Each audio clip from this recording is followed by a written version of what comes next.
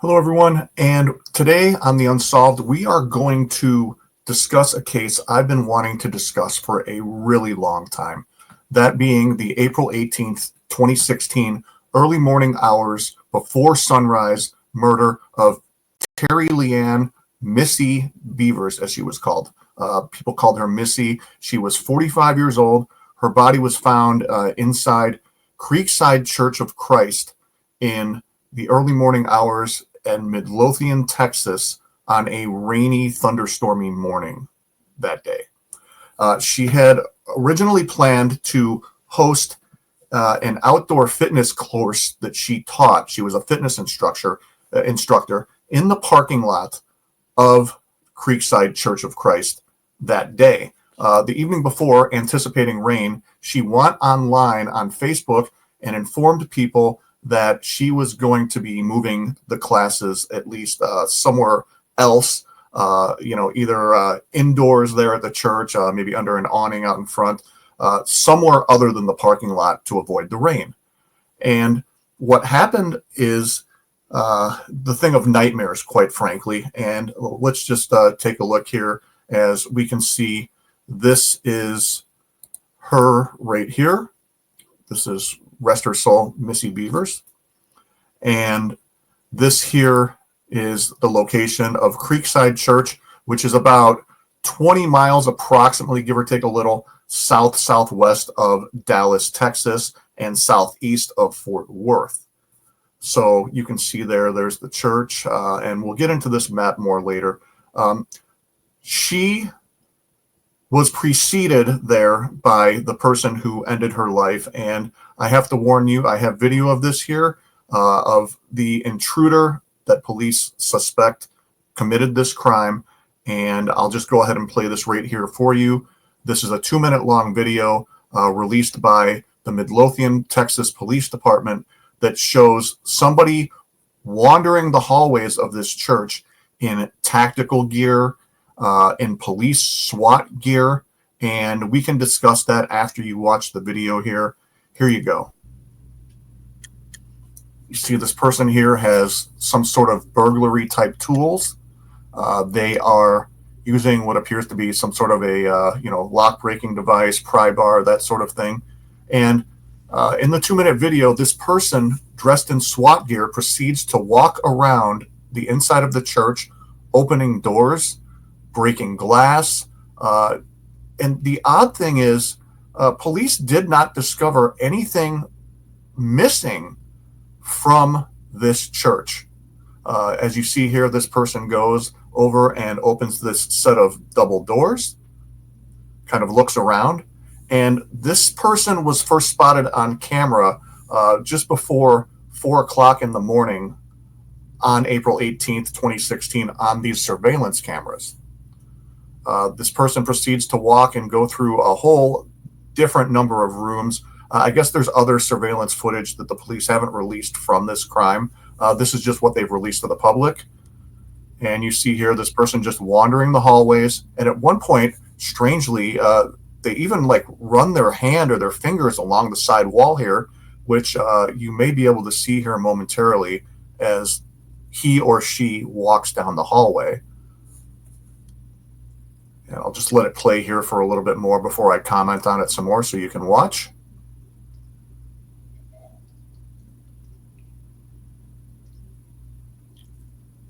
So anyhow, there's the tip line, etc., etc., etc. Now, what's interesting is just a few hours before this happened, at 2 o'clock in the morning, okay, this silver or white or light colored, as it's referred to by the police department, 2010 to 2012 Nissan Altima was spotted in the parking lot of a sporting goods store approximately a quarter to a half mile up the road here on Route 287. There you see there's Creekside Church, and then here's a permanently closed, the sporting goods type store called SWFA. Now, they don't know, again, forgive me, I'm not sure if I just said that was the person that was inside that was in this car. They don't know who was in this Nissan Altima. That person has still not come forward. That person has still not been identified. And police still would like to know who was driving that car, because they think there is the potential that that Nissan may have been involved somehow at whatever went on here at Creekside Church. And to make matters more interesting, if you look here, this Nissan, if you zoom in, appears that it might have an oval-shaped bumper sticker, okay? If you know anybody that had a silver or light-colored Nissan Altima that was in 2016, that was a 2010 to 2012 Nissan Altima that may have had an oval shape or an oval bumper sticker or something like that on the back of it, you need to contact police down there in Midlothian, Texas, and send in a tip to them, because that person, again, has never come forward. Now, back to the case itself, and there's a lot going on here, okay? There's a whole bunch going on here, and I will go over that in as much detail as I can. This is a very complex case, so obviously I can't sit and talk about it forever. I'm just going to make this a 10 to 15-minute video. You guys can tell me what you think in the comments based on the information that I presented and whatever else you have learned about this case just through your own study in the meantime. But here we go. Bevers was found dead with several puncture wounds to the head and chest. A police warrant alleged that these wounds were consistent with tools the suspect was carrying throughout the building. Although police did not confirm whether the murder weapon, a hammer, whether it was the murder weapon, a hammer was found alongside other tools near Bevers' body. Now, this is interesting because other channels that I respect, such as Fig Solves and other channels, have pointed out here on YouTube that even though there were some tools and a hammer found alongside her body, interestingly, indicating maybe that person may have left in a hurry, or somebody they may have seen somebody coming in, they may have taken off in the middle of this homicide or this act, that they believe there may have actually been, believe it or not, a firearm that hasn't been discussed by the police involved in this crime. And why do they say that? Well, Fig Solves and other sites are pointing out that if you go on the FBI database of violent crimes, it lists during that time and year a firearm-related homicide by the FBI as having occurred. So they kind of put two and two together, knowing that was the only real known homicide in that area at that time, that this was likely a firearm-involved homicide, despite those burglary tools and weapons and some sort of blunt force trauma, unfortunately, being done to Missy's body. Anyhow, police checked the church's surveillance camera system early on in the investigation. Although the cameras outside the church were not functioning on the day of the murder, of course, go figure, cameras inside the church were functional and surveillance footage was recovered. Surveillance footage taken at around 4 a.m. appears to show the suspect of an unknown sex and identity walking in the church's hallways while occasionally smashing glass, attempting to open doors, which we've already discussed. The suspect, wore that SWAT police and tactical gear, black helmet, and a black pair of gloves. It says Bevers was in the midst of transporting her exercise gear from her truck to the church when she presumably encountered the suspect inside the church. The footage shows Bevers walking down the church hallways before her murder, although this specific footage has not been released to the public by police. And I know the FBI and other people have reviewed that additional footage, and I think there's probably some things on there that we don't need to see, to be honest. The Midlothian police have also not revealed where Bevers and the suspect cross paths inside of the church. It's just a violent encounter. Investigators first believed the suspect to be a male. However, police later changed their position, stating that although the suspect's gait appears to be feminine, the suspect's sex is not known for sure. Investigators also made note of the suspect's distinct walking gait, where their right foot kind of points in a bow-legged manner sort of outward, which is very, very interesting, to say the least. The suspect also was investigated by Dr. Michael Nuremberg, who is a forensic podiatrist, and the FBI asked him in 2021 to study that gait and his walk pattern. Nuremberg stated that the person's gait is affected by the weight of the gear and the weapons, and that there's no relationship between gait and gender. He concluded that the suspect's gender cannot be determined solely from their gait. I would like to interject very briefly here, if I may. Okay.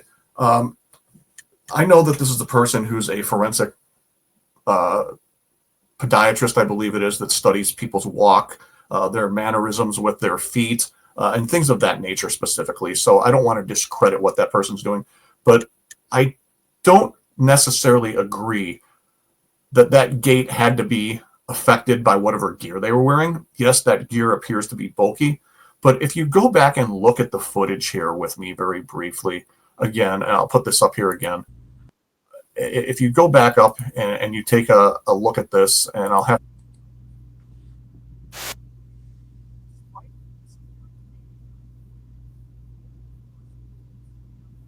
the closer I look at the video, the more I tend to think that that's just kind of an illusion based on the gear on the upper torso of their body here. Because when they get closer to the camera down here shortly, one of the things you're going to see, look at their legs. Their legs actually, and their ankles, all that, they're actually thinner than we might think, okay? Now, police, based on things I have seen, have estimated this person to be approximately between like 5'10" and 6 feet tall. But as we know from the Delphi case and other cases we've studied here, there seems to be no consensus when it comes to how tall some of these things are. And even sometimes the FBI and police put out misinformation. I mean, if you look down here, the person's legs, especially here, they have some size to them, but right there, even you see, they're not that big. Okay. This isn't some giant person we're looking at, I don't think. I think this is an average height to slightly above average height person. And me personally, even though the police said that they can't confirm this, I happen to think that this person is male. Now, why do I say that? Again, this is just a gut instinct, first of all, on my part. And I don't really like to trust gut instincts when I'm discussing a case like this. But I don't know. I'm sorry. I don't view this as the way that a female typically walks. Just life experience, me being in my late 40s personally, the mannerisms, the aggressiveness and confidence with which this person reaches out to grab things and do things, tells me that this person probably is male. And again, that's just my opinion. Okay? I want to make that abundantly clear because this is just kind of my pattern, my way I do things. I analyze things as I see them based on kind of my life experience, which, as you've seen in my past cases I've discussed, like the Delphi case, the Evansdale case, that's just sort of what I do. Okay? I feel like I'm able to deduce certain things based on body language, mannerisms. Being a journalist, I'm in front of people interviewing and talking to people all the time. And to some people, they may laugh at that. I think that gives me some sort of credibility because I'm around people for decades now, in their face, interviewing them, seeing how they react to things. And to me, that's a male in that video. That's my opinion, but I think that it is. Now, anyway, let's go back here and hopefully I can get back to taking a look at some of the other information here. Okay. Anyhow, they determined that they couldn't determine whether it was male or female from this forensic podiatrist. Initially, police considered burglary as a possible motive for the break-in. However, they were unable to find anything missing inside the church. That's also, I think, significant because if you didn't take anything from this place, would you spend a significant amount of time going through all the rooms? And I guess this person spent at least like a half an hour in there, just looking around through the rooms, breaking into things. The other possibility is they could have been trying to make it look like it was a break-in to throw detectives or police off, which sometimes people will do. This person could have just been smashing things, knowing they're on camera. I mean, they did show up trying to conceal their identity. And I think the fact that they concealed their identity is a potential clue as well. Either A, you just don't want to be caught because you don't want to be caught committing a burglary, or B, you're concealing your identity and trying to make it look like a burglary because this person knew who she was and wanted to conceal their identity and target her. But as other people have pointed out on their channel, in the surveillance video, this individual He doesn't know specifically when Missy Bevers is going to be showing up. I mean, even if it's somebody who does know her, you're not going to know an exact time down to the minute. And this person is seen walking past the front door of the church where Bevers ended up entering several times and didn't even appear to kind of really look out the front to see if anybody was coming or to glance or, kind of saying, okay, is she here yet? That didn't seem to be of a concern to them, which does lend more credence toward the theory that this was just a robbery gone wrong and she was at the wrong place at the wrong time. However, it said here again, initially police considered burglary as a possible motive for the break-in. They were unable to find anything inside the church that was missing. Bevers left behind several items, among them her purse and iPad. Sources revealed to WFAA that police now believe Bevers was not only targeted, but that the suspect planned to make the crime appear as if it was a burglary gone wrong. So it appears some of the sources think this was a targeted crime, but I've seen other detectives involved in this case who've studied it who say the exact opposite. So again, much like the Delphi case early on, they thought that might have been multiple people involved. Now they think it was likely one person, and it was a coincidence that the girls were talking to Kegan Kline, being catfished. So you never want to assume anything, because even the brightest detectives, as you can see in many cases, differ in their opinions. And that's important, because we always think as police of these infallible people who never make mistakes, who always have the right answer. And even when they have tons of evidence like they do in this case, that's not always the case, everybody. So anyhow, one of the warrants filed by police claimed that the suspect possessed a smartphone with which he might have stalked Bevers' schedules and recorded her murder. Now that's interesting because that appears in a search warrant, and I don't know specifically which search warrant that was, but the fact that they have a smartphone that they're able to identify and they still don't have a suspect. Was it a burner phone? They know something that we don't know, clearly, and have some sort of information we don't know. Anyhow, additional police search warrants allege that Bevers received, quote, creepy and strange messages from an unknown male on LinkedIn. The investigation into that never led anywhere. As far as I know from studying this case, police also believe Bevers might have conversed with her murderer preceding the crime. Law enforcement was able to track down a person of interest who spoke with Bevers over LinkedIn during her last month, but that person stated that the conversation was, quote, ultimately flirtatious and innocuous, meaning that nothing came of that either, which is interesting. Relatives were questioned during the investigation. The alibis of Brandon, who is Missy's husband, and Randy, who is Missy's father-in-law, were confirmed. Now, what's interesting is, and again, I never accuse anybody here, and as far as I know, they've already been cleared by law enforcement, but I believe it's Randy, who is Missy's father-in-law. When he would walk, he drew a lot of attention on TV because he had this gait to where his right foot kind of swung out, just like the person who is dressed in the SWAT gear in the video did. His foot would kind of curve off to the right and forward significantly because of, I think, a back injury it was or something he had. But again, police, as far as we're told, have not implicated him and have cleared him and that he has an alibi. And furthermore, the forensic pathologist that discussed this case publicly stated that there are actually a lot of people who have a weird gait and a weird walk like that. So it could be one of those things, and it appears to be possibly that just might be just a coincidence. So I want people to be careful if they're taking stock in that as if, oh, it's the father-in-law because he has a similar walk, et cetera, et cetera. They have almost emphatically stated that this is actually a pretty common thing and that they don't think that it's him. It gets even more strange, okay? Brandon, who was Missy's husband, was in Mississippi fishing during the time of the crime. And again, Randy, who we just talked about his gait, was in California traveling. Suspicions were raised when a published search warrant reported Randy, 4 days after the murder, brought a bloodied shirt to the dry cleaner. Now, I know what you're thinking. Oh my gosh, somebody brings a bloody shirt within days of the murder or after the murder to a dry cleaner. That's a huge red flag. Well, yeah, obviously it is. But here's the kicker. And These cases are wild, folks.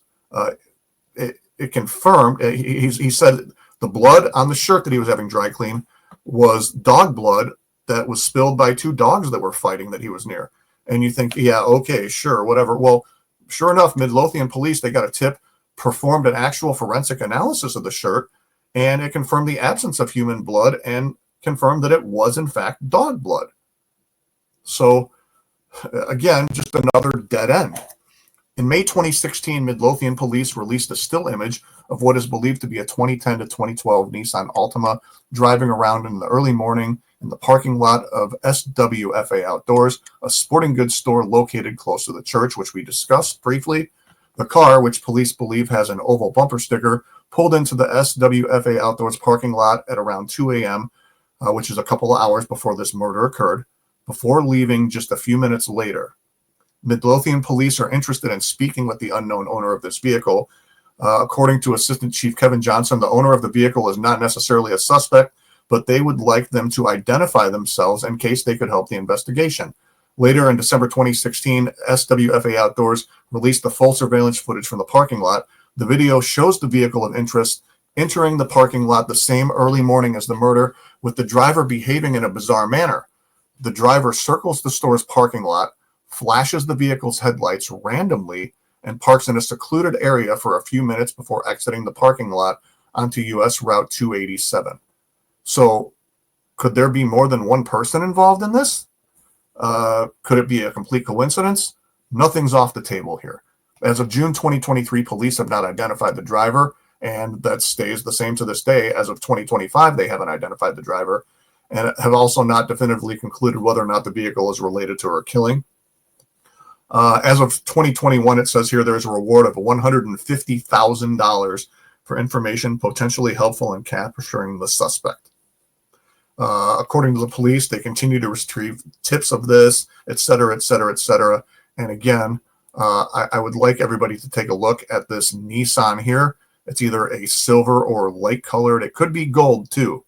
Don't remember that, but the silver or light colored is what police called it. And you see the wheels here have a very kind of thin, low profile to the ground. And the other one here, which we already discussed, was this here, which is either a marking or a bumper sticker or some sort of a marking right below the license plate that looks like it's oval shaped. So if you know anybody who matches that description as far as their car goes, that they had a car back 9 years ago that was this 2010 to 2012 Nissan Altima that had that sort of a marking or a bumper sticker, please contact the FBI or Midlothian, Texas police, because I think that this is a case that actually is still solvable. Now, we can go back and forth all day as to whether or not this was a targeted crime or it was just a random coincidence that she was showing up there. Again, the couple things I'd like to go over again are obviously the car, the Nissan, in the nearby business acting suspiciously before this crime. The fact that Missy publicized that the classes were being moved indoors, or, people on social media could have seen that she was hosting an early morning fitness class that was out there for public knowledge. And the fact that this person wore a disguise, a very elaborate disguise, to akin of almost body armor, like breaking into this place. So they didn't take anything. They spent time breaking windows, destroying things inside. Is that all just a ruse to throw police off, to make them think it was just a random burglary? Or was it somebody that knew her? I mean, the fact that they claim in a warrant that they had some information from a smartphone and that hasn't been followed up on more, or information about that hasn't been publicly discussed, I find very, very interesting. As do I find the information that a firearm that hasn't been discussed by police may have been used in the commission of this crime in some form, as confirmed by other channels like Fig Solves, who just did a wonderful documentary on this case. If you go check it out, it's FIG space SOLVES. He always is kind of a no-nonsense YouTuber that discusses true crime cases that I've grown to respect. And the fact that the FBI database for violent crimes shows that right around that time in Midlothian, there was a firearm used in a violent homicide, and that's the only one known there. So it seems to imply that there was a firearm used in this crime, and not just the hammer and the burglary tool weapons that were found next to her body. Even though there does appear to be some blunt force trauma to her body, clearly some sort of violent struggle ensued after Missy encountered this individual. And again, did the person just panic and not want to get caught and end her life for that reason? Or, this person know that they were going to be there and just kind of waited in the wings for her for some time? Anybody with any information or insight, or, let me know in the comments what you think about this case, because it's just super, super interesting to me. Again, I'm going to, before I go, play this 2-minute video clip for you one more time. Thanks for watching. I'm sorry I've been away from this channel for so long. I'm working on creating more time for myself to be here discussing cases with you and do live streams. So I hope that you'll join me if I start doing that a little bit more frequently now that I am going to have additional time. So thanks, everybody. And again, I'll leave you with this video. Anybody with tips, please contact the FBI or the Midlothian, Texas Police Department. Here you go.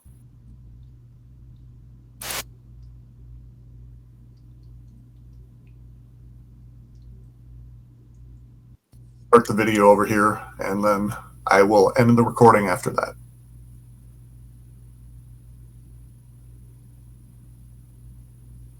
It's just creepy as hell because, you're watching this and you know that eventually Missy's going to show up here to this church, and that's going to be where her life tragically ends, at the hands of this sick individual.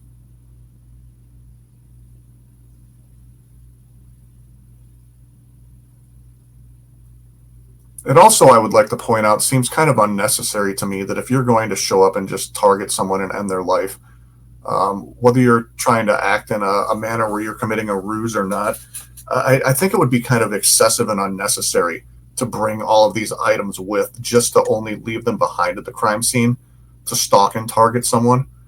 But, maybe that's what makes this so difficult to solve, is the fact that they did this to throw people off there. You see the person's walk, watch their right foot. See that right foot? The gait goes out and far to the right. That's notable. The person genuinely seems to be looking for stuff. And, let's go back here a minute, because I think this is a great thing that Fig Solves points out. Okay, right here is the front entrance on the right of the church. That person doesn't appear to be interested in looking out the front door to see if Missy's coming there. I think that's a great point that people are making. If you're expecting her to show up, wouldn't you kind of be peeking out in front and being like, I wonder when she's going to show up? You don't really see that there at all.